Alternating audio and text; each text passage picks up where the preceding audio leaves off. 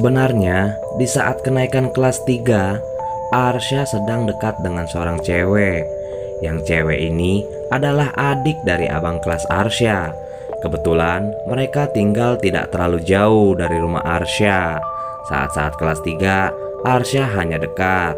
Namun, hanya sebatas teman, belum ada rasa suka. Pertama kali bertemu, saat itu Arsya sedang ada perlu dengan abang-abangannya, dan belum tahu juga bahwa abang-abangannya punya adik yang cantik. Sembari ngopi, Arsya sangat menikmati obrolannya. Pada saat asyik mengobrol, tiba-tiba ada suara dari luar lalu mengucap salam. Ketika hendak masuk, mata Arsya langsung tertuju dan timbul sebuah pertanyaan, siapa cewek ini? Dia sangat sopan karena telah menyapa Arsya. Seketika abang-abangan Arsya memarahinya. Habis dari mana lo? Main gak ingat pulang? Arsya terdiam dan berpikir, ternyata adiknya si abang cantik. Ya, seperti biasa Arsya hanya bersikap santai, walau matanya terus mandangin cewek itu. Karena ada keperluan sesuatu yang harus dikerjakan dan kebetulan mengerjakannya dengan abang-abangan, Arsya jadi lebih sering ke rumahnya dan ketemu si cewek itu. Kerap kali malam minggu pun Arsya main, namun tidak untuk ketemu dengan si abang. Sengaja datang untuk si adik cantik, namanya Elsa, perawakan sedang namun cantik. Dia masih duduk di kelas 2 SMP, mau naik ke kelas 3. Ya, wajar saja dia memanggil Arsya dengan sebutan Kak. Buat Arsya itu hal yang biasa. Yang penting bisa ketemu dia. Tugas yang dikerjakan bersama si abang telah selesai. Karena di waktu yang bersamaan memiliki kesibukan, Arsya sibuk pada ujian akhir, Elsa sibuk ujian kenaikan kelas. Arsya dan Elsa pun akhirnya jadi jarang bertemu. Setelah berhari-hari fokus pada ujiannya, Arsya dan Elsa pun mendapatkan hasilnya. Arsya lulus di STM, Elsa naik ke kelas 3. Dari sinilah mereka jadi sering ketemu, walau hanya malam minggu di rumah Elsa. Mereka tidak pernah jalan-jalan keluar rumah. Mungkin karena Elsa masih terbilang muda dan masih fokus juga sama sekolahnya. Pada saat itu Arsya belum ada keinginan untuk nyari kerja. Arsya menganggur kurang lebih 1 tahun. Maklum, masa mudanya masih berapi-api, sedang dinikmatinya. Seiring berjalannya waktu, Arsya makin sering bertemu dengan Elsa. Dari situlah sebuah perasaan muncul. Arsya sangat cinta dan menyayangi Elsa. Karena ini adalah kali pertama Arsya jatuh cinta yang sebenarnya.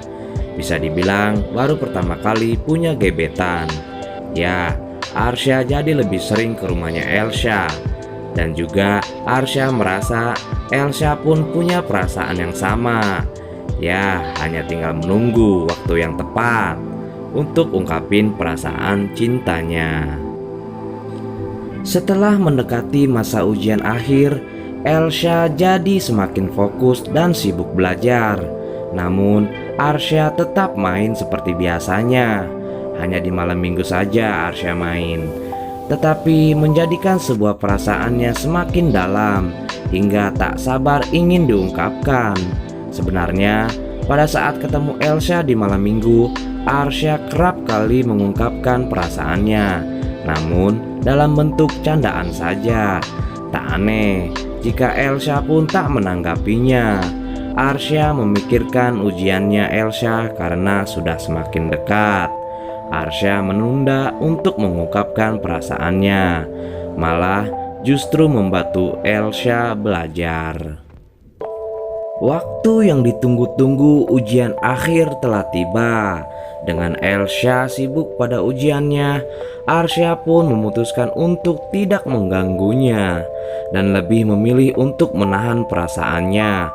Arsya pun juga sudah mulai merasa jenuh karena telah kelamaan menganggur.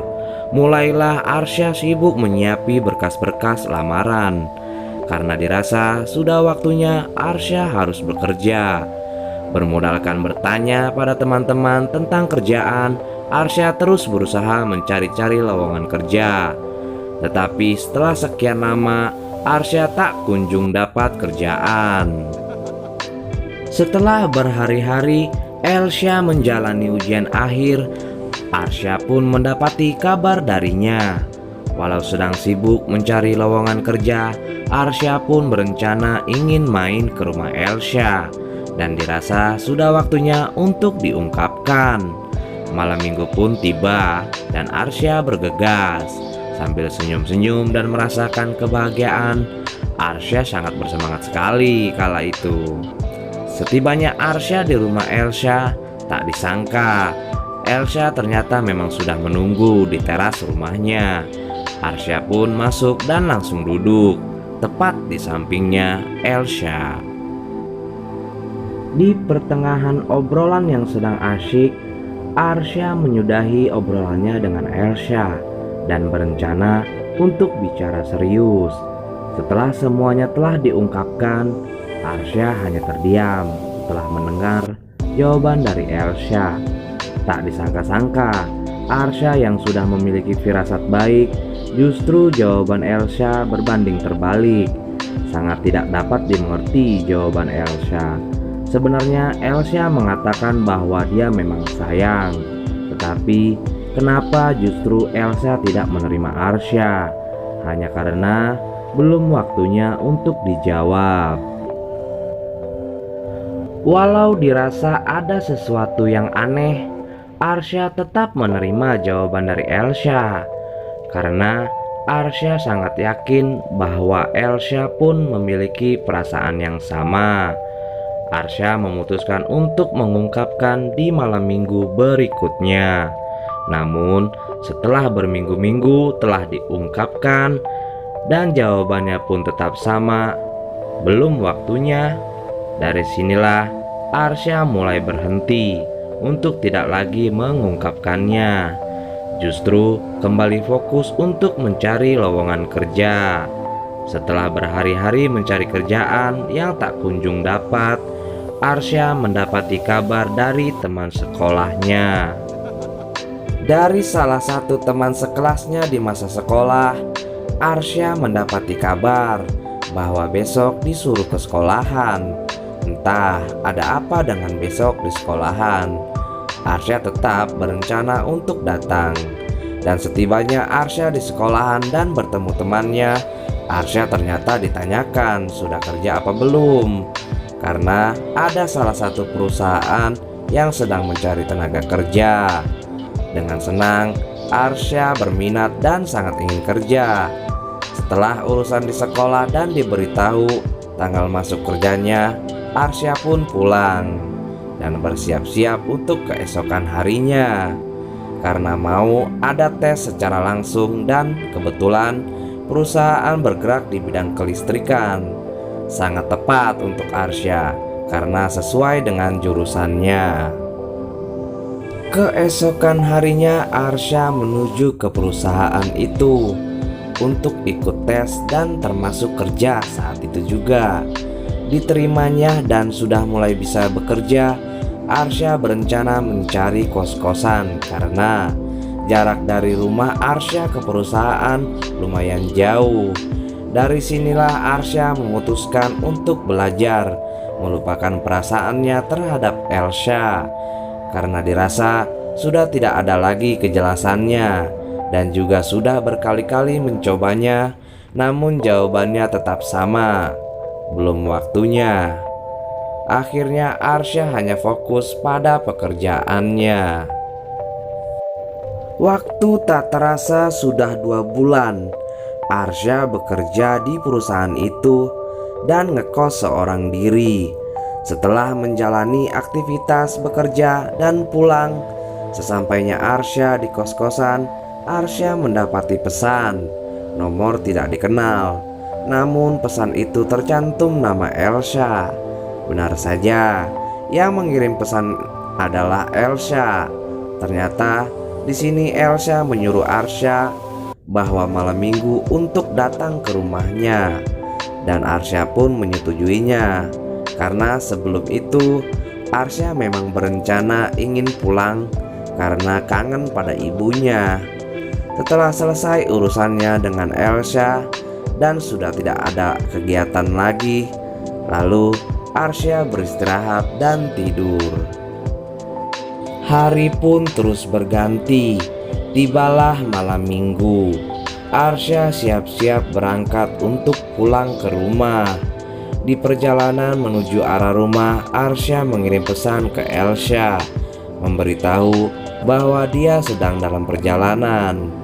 Sesampainya Arsya di rumah dan melepas rindu pada ibunya, setelah menunggu kabar dari Elsa, namun Elsa tidak merespon pesan dari Arsya. Walau dirasa sangat kesal, Arsya tetap menunggu. Setelah beberapa menit menunggu dan tak ada pesan, akhirnya Arsya memutuskan langsung berangkat. Setibanya Arsya di rumah Elsa, dan benar, Elsa sedang tidak ada di rumah. Ortunya bilang lagi pergi keluar. Sudah dari tadi perginya. Waktu menunjukkan pukul 10:30 malam.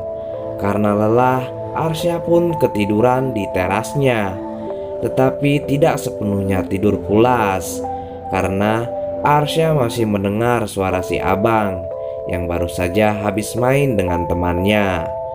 Sangat tidak enak hati melihat Arsya sedang tidur. Si abang tidak berniat untuk membangunkannya. Setelah berjam-jam lamanya menunggu Elsa, akhirnya terdengar suara motor di luar rumah. Benar saja, Elsa sudah pulang dari mainnya. Bukannya langsung menghampiri Arsya, justru Elsa malah masuk ke dalam. Saat hendak bangun, justru Arsya mendengar suara keributan dari dalam yang ternyata si abang menegur Elsa dan memarahinya. Sampai-sampai Elsa terdengar seperti menangis. Sangat tidak enak hati, Arsya memutuskan pamit pulang. Namun di sini si abang justru malah menyuruh tunggu sebentar. Akhirnya keluarlah Elsa yang sedang menangis. Si abang menyuruh Elsa untuk minta maaf karena telah membuat Arsya menunggu kelamaan. Si abang menyuruh jangan pulang, selesaikan dulu urusannya. Akhirnya Arsya dan Elsa duduk bersama di teras. Tetapi yang terjadi adalah keduanya sama-sama diam. Dikarenakan waktu sudah larut malam, Arsya memutuskan untuk lebih dulu bicara. Dan di sini Arsya menanyakan ada perlu apa menyuruh datang ke rumah hari ini, dan meminta maaf juga karena tidak enak hati Elsa telah dimarahi oleh si abang. Merasa sudah tenang, Elsa pun merespon, "Jangan minta maaf kak, emang Elsa yang salah. Sudah buat janji dengan kakak, justru malah ingkar. Dan terlebih Elsa malah mengacukan kakak yang sedang tidur. Bukannya membangunkan kakak, justru Elsa malah masuk ke dalam." Tanpa lama-lama lagi, Elsa langsung menjelaskan tentang jawabannya. "Maafin Elsa ya kak, sudah membuat kakak jadi bingung dengan jawaban Elsa. Sejujurnya Elsa juga cinta dan sayang sama kakak. Tetapi pada saat itu Elsa bingung mau jawab apa, karena Elsa sudah dijodohin sama seseorang, dan kedua keluarga pun sudah saling mengenal. Pada saat itu Elsa amat sangat bahagia memiliki seseorang yang sangat tulus seperti kakak. Jadinya Elsa takut kehilangan kakak kalau dijawab langsung tentang perjodohan itu, karena Elsa juga cinta dan sayang sama kakak." Arsya hanya terdiam dan langsung pamit pulang.